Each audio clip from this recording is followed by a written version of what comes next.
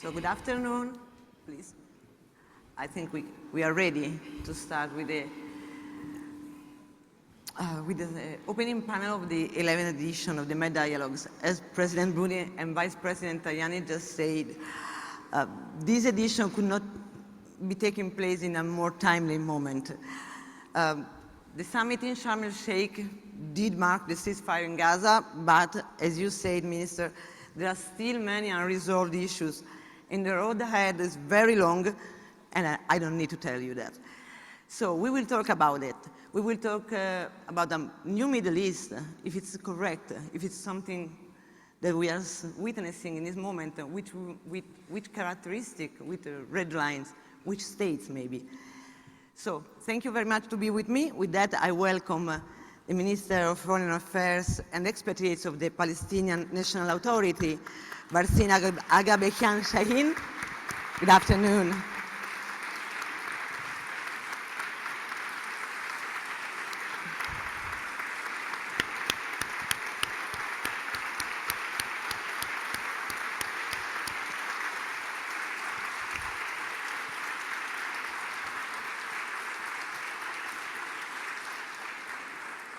Mr. Fuad Hussein, Minister of Foreign Affairs of Iraq. Good afternoon, Mr. Minister. And our host, Minister Tajani. Buonasera. Buonasera, thank you very much. So, Madam Minister, my first question is for you. After 2 years of war in Gaza, and not just in Gaza, the prospect of a Palestinian state, this two-state solution, seems farther than ever, quite unrealistic, if I may so. How is the Palestinian National Authority planning on working, I would say first with the Arab neighborhood, but with the international community as a whole, to advance the plan for a Palestinian statehood? And do you still believe it is possible? I truly believe it is possible because it is the only viable solution. There is no other solution for peace and security in the Middle East but the two-state solution. And if anybody believes there are other options, they need to think twice. Now, this war in Gaza, the aggression on Gaza, has unveiled the necessity of embarking on materializing the two-state solution now more than ever. So some people see it farther away, I see it much closer. Because now the momentum has been built. We have a UN backing the two states. We have 160 countries that have already recognized the state of Palestine, and the momentum is increasing by the day.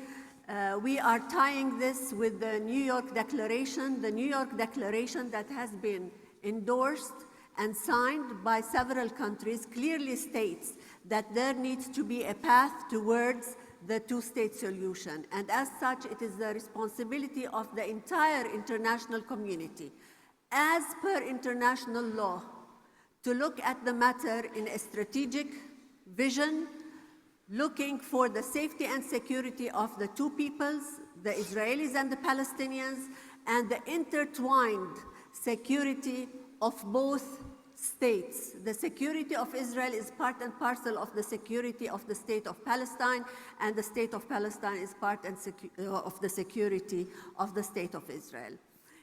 To that end, we are continuing to work on building the momentum, on garnering more support on recognition, working through the global alliance, and feeding into the accountabilities that we look forward to in terms of complying with the New York Declaration. As Palestinians, we want to see measures on the ground. The ceasefire in Gaza is extremely important, but with that, we need further steps that take us to the path of peace. And the New York Declaration has listed what needs to be done, and we need to see commitments from the international community on that front. On our side, we are doing our homework. We are doing whatever it takes to develop our institutions, to move towards a one state with one law, with one government and one weapon. And in that long path, we need to be enabled, and we need the support of everybody around the globe. We cannot do it on our own. We have to have support of everyone that believes in international law, believes in the rights of people equally, believes in the plight of the Palestinian people for self-determination, and believes that only peace can come through respecting the rights of the Palestinian people and the right to a sovereign state. Thank you.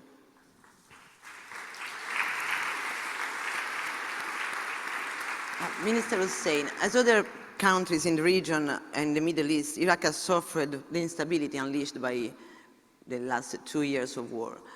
May I ask you, how does Baghdad see the latest development in the Strip in Gaza? But also, do you fear a larger instability coming in the next month? Thank you very much, and thank you, Your Excellency, and Ministry of Foreign Affairs and Italian Ministry of Foreign Affairs for organizing this event and inviting us to participate in this panel. As for Gaza, I was in Sharm el-Sheikh, so I came from Sharm el-Sheikh. I followed the whole event there. I might say that what happened in Sharm el-Sheikh is the first step in the right direction, because at the end, the war in Gaza must stop, and it stopped it now. But then we are talking, as His Excellency, the Italian Foreign Minister mentioned, we are talking about ceasefire, so we are not talking about peace. That's why I said it is the first step in the right direction, so we need peace, in fact, in the first place in Gaza, and then later on in other parts of Palestine. As for Gaza, of course, the plan has to do with many points which has been fixed in the plan. In the first place, the humanitarian aid must reach Gaza and everywhere in Gaza. And we hope that the coming days there will be humanitarian aid to Gaza, the people in Gaza. If this plan, I mean, the ceasefire in Gaza will be the basis for peace in the Middle East, that's a different question. In the first place, we must discuss the matter. Is it only peace in Palestine or peace in the Middle East, the entire Middle East? Because the tension is not only limited to Gaza and the West Bank. The tension in our area is larger, and there was a war also against Iran. So are we going to have peace in the entire Middle East, or is it just a step towards having a settlement in Gaza? And then about Gaza, how are we going to implement the plan? This is also a question. Implementing the plan has to do with, let's say, Hamas and disarming Hamas, and who is going to manage Gaza? Who's going to do that? The Palestinian Authority or some technocrat who are going to run the show in Gaza? And what about security in Gaza? Who's going to guarantee the security in Gaza? Because at the end, we need security in Gaza. So all these questions has been raised and will be raised in the near future. But how about we support peace in the Middle East, and we hope that everything will be solved through dialogue and through negotiations. Thank you, Mr. Minister.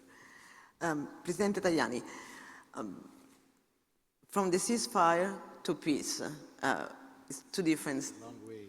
It's a very long way. You started in your statement, initial statement, you started saying everything Italy is doing and what Italy will do in the future. But how do you see from the international community point of view, how can we bridge the gap? How can we transform the truce, the ceasefire, into a durable peace? And how your government is committed to that goal? Thank you. We need to work step by step. Also today is an important step, because we need to talk. We need to involve more Trump We need to involve Egypt, we need to involve Qatar, we need to involve all the countries around the Mediterranean, the Middle East. We need to involve Iraq. I want to thank you for hosting Italian soldiers in your country. We need to involve the countries of the Gulf, also Saudi Arabia and Emirates. We need to involve Turkey, because everyone is part of the solution. As I said, the first step is to help the civil population, to put everything under control in the future by a security organization. We need the security organization at police level and then at military level, under the United Nations or the international control. For this, under the Arab leadership, and we are ready also for sending Italian soldiers if we need to do it, or using Italian carabinieri, because they know very well the situation on the ground. But we need to be present on the ground, also for humanitarian aids. But around the humanitarian aids, we need security, because without security, it's impossible to do it. We are working hard with Jordan, and we want to work also with Egypt. Italy will be part of the reconstruction conference. She will be in November in Egypt, and we are ready for doing our part. We are ready for spending money, but I think also at political level, Italy will do the best for supporting this peace strategy. It's the only one solution. We don't have a plan B. The only one solution is this American strategy. We need to implement, we need to push out the extremists in Gaza and in Israel, and we need also at the same time to work for the reunification of Palestine. For us, it's impossible under Hamas control. We believe in National Palestinian Authority. There are also new leaders in National Palestinian Authority. For this, it's possible to move on in the right direction. So for the future, I want to be very frank, we need a reform also inside the National Palestinian Authority after many, many years for the reunification. We are ready for supporting National Palestinian authorities, and we are ready also for training the police. We are ready also for training of the diplomacy.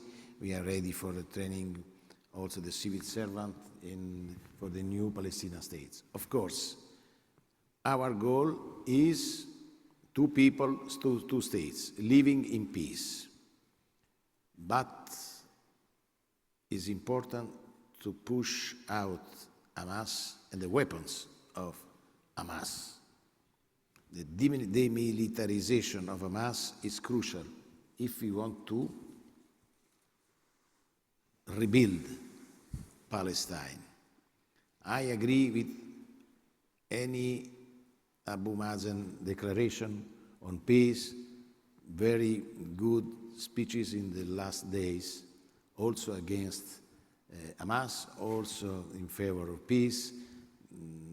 This is a good message from National Palestinian Authority. They want to recognize Israel, and we need to push Israel for recognize Palestine. We are ready for doing it. This ceasefire is a good message. The recognition by Italy is closer now. But when can we expect it? It's difficult, but we need to achieve the goals. No weapons, no Hamas in the leadership of the new Palestine. This is a key point for us, because for us, Hamas is a terroristic organization. It's impossible to have a dialogue with Hamas, official dialogue, never a Palestine for us under Hamas control. We believe in National Palestinian Authority because they are very moderated, very serious and we want to talk and to work with the National Palestinian Authority. And I think the trip to Italy of the President Abu Mazen is a good message. November the 7th, you'll be here in Rome, not here in Naples, so here in Italy. This is very important for us. It's a good message. It's another step for rebuilding Palestine. Thank you, Minister. Madam Minister, talking about the 20-point plan of President Trump, we have no plan B, as Minister Tajani just said.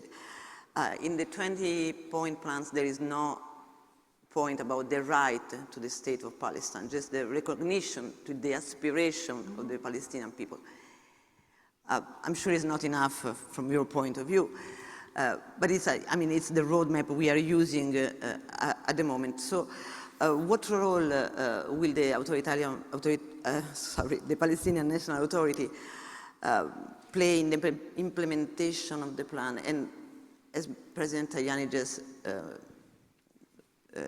talked about that, what kind of reform? You said that we are ready to do whatever it takes, and for us it's something that saved the euro a couple of years ago. So what can you do? What are you ready to do? The first good message with Prime Minister Mustafa. Before we talk about the reform, let's talk about what needs to happen so that we embark on a path of a holistic peace. Today we have a ceasefire on Gaza, a long-awaited one, because it is curtailing whatever aggression was taking place, and it is saving lives. We need to ensure that that is sustainable. But that is a prelude to something that is bigger. And that something that is bigger entails looking at the occupied territory as one integral part. We cannot look at Gaza as divorced from the West Bank or occupied East Jerusalem. All of it is the occupied state of Palestine, and any peace effort should target the entirety of the occupied territory. This is why we need to air out the details of the plan and ensure in one way or another it is tied with international law, tied with the New York Declaration, and tied with whatever peace entails in that area. In terms of the PA, to me, the only entity that has the political and the legal mandate over occupied state of Palestine is the Palestinian Authority, the PLO, and no other authority. And that authority should be enabled to move in right at the beginning of the process, not in the middle of the process or the end of the process, because people have to see that the occupation and the aggression is not replaced by another entity that is divorced from the Palestinian reality. So as such, it's only natural that the development would be with the engagement of the Palestinian Authority. On the reform, let's remember that we are asked to reform under the most difficult conditions.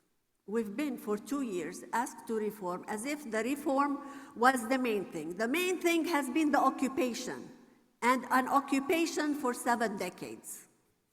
This doesn't mean that we don't need to reform, because reform is a natural process. We are a state in the making, and as such, we learn from our mistakes, and we want to present ourselves to the world as a state on par with the rest of the world. We want to have democratic principles, we want to have good governance, we want to have transparency, accountability, rule of law, better services to our people. We are working on that, but we need to understand that we're working on it under occupation, under continued violations on the West Bank, under piracy of our tax money, under so many challenges.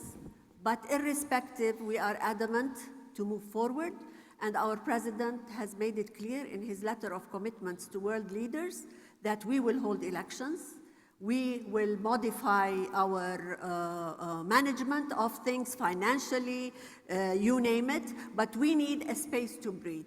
And we need to be given credit for whatever we have been achieving under the most difficult conditions.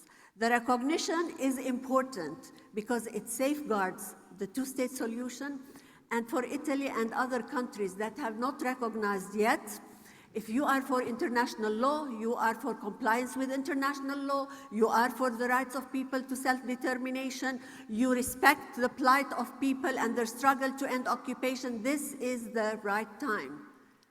You have come closer, do it.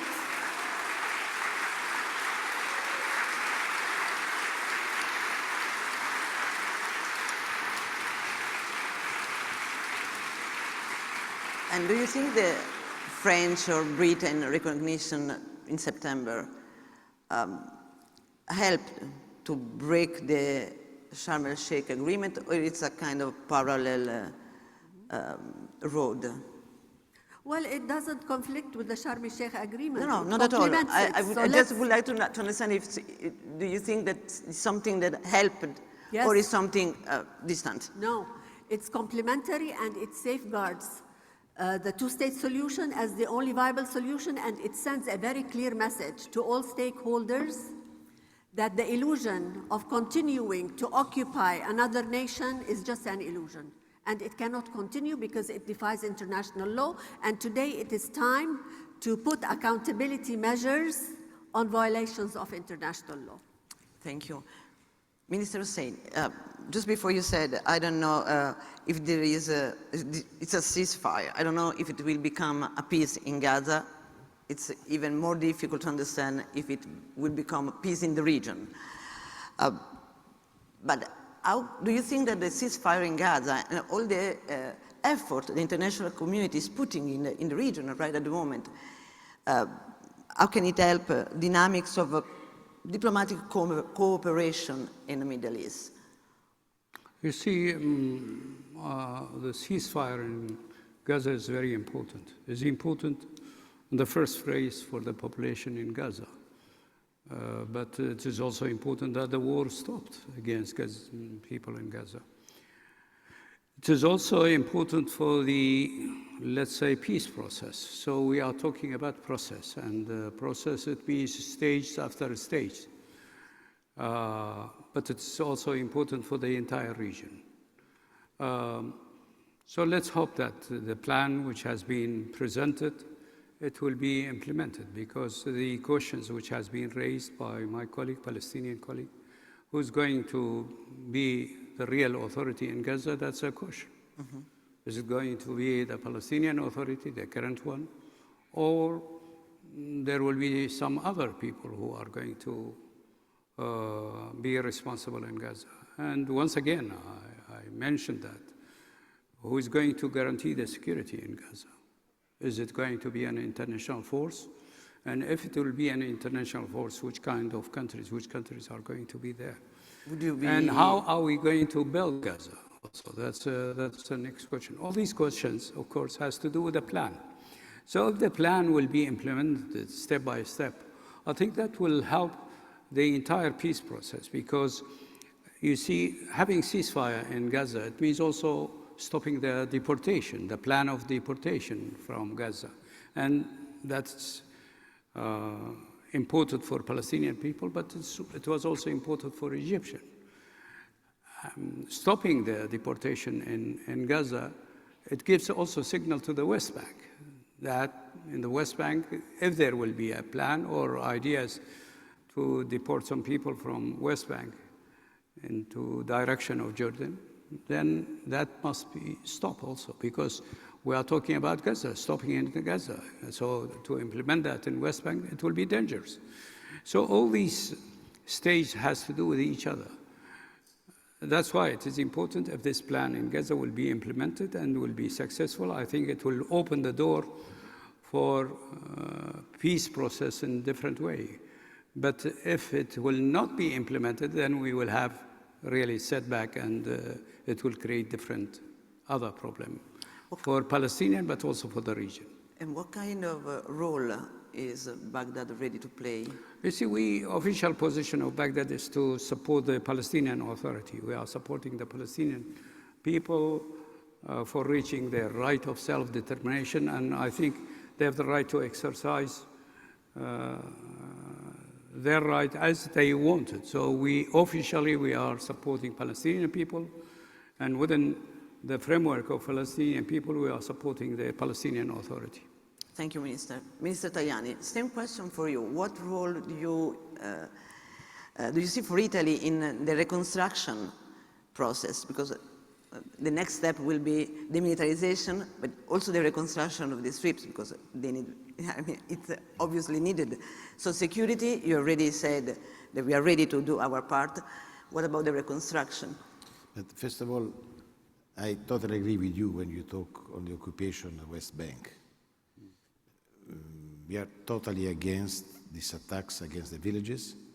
Also, we are totally against the attacks against Christian villages, not because the Palestinian Christians are more important than the other Palestinians, but because the Christians in the Middle East are part of the solution, because the Christian communities are strong supporters of peace and dialogue.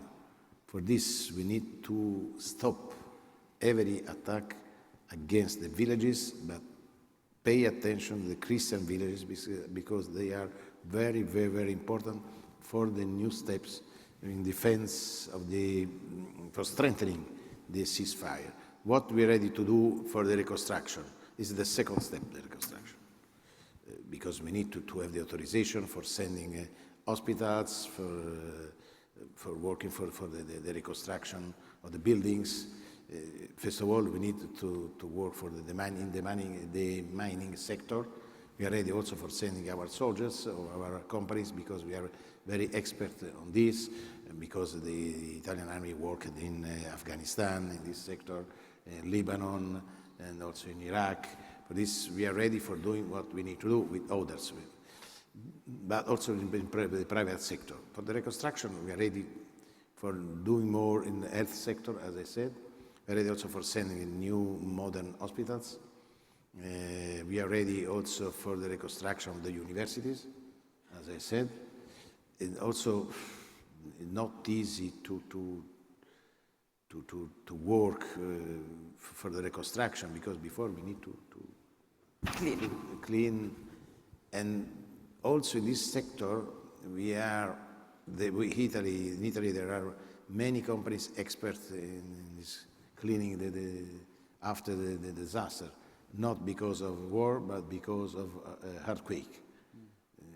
There are Italian companies able, because Aquila, for example, completely destroyed, as Gaza, because earthquake. But in the south, in this region also, after the earthquake, in the center of Italy, the same. For this, there are good companies able for cleaning the cities. And we are ready for doing it. But in the same time, as I said, if we want to work for the reconstruction, we need to protect the workers, the reconstruction, Palestinians, but also coming from abroad. For this, we need to work on security, police, and if we need, also a military mission under Arab leadership. And the UN mandate. Exactly, a United Nations mandate or international mandate. Better for us, United Nations mandate, but I think it's important to have an organization, international organization for organizing this mission. Before it's possible to work for the police, but we need more than police.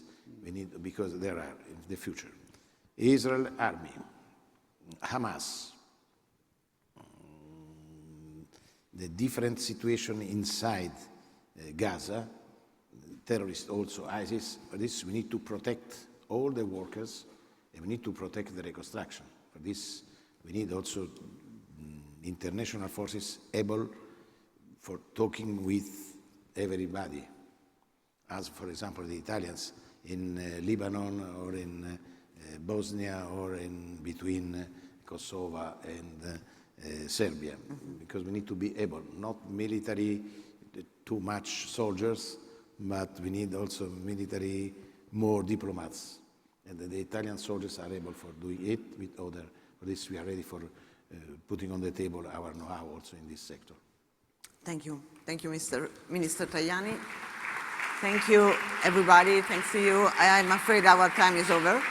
So thanks a lot, and thanks to everybody. And let's say, I'll give you the floor to the next panel. Thanks.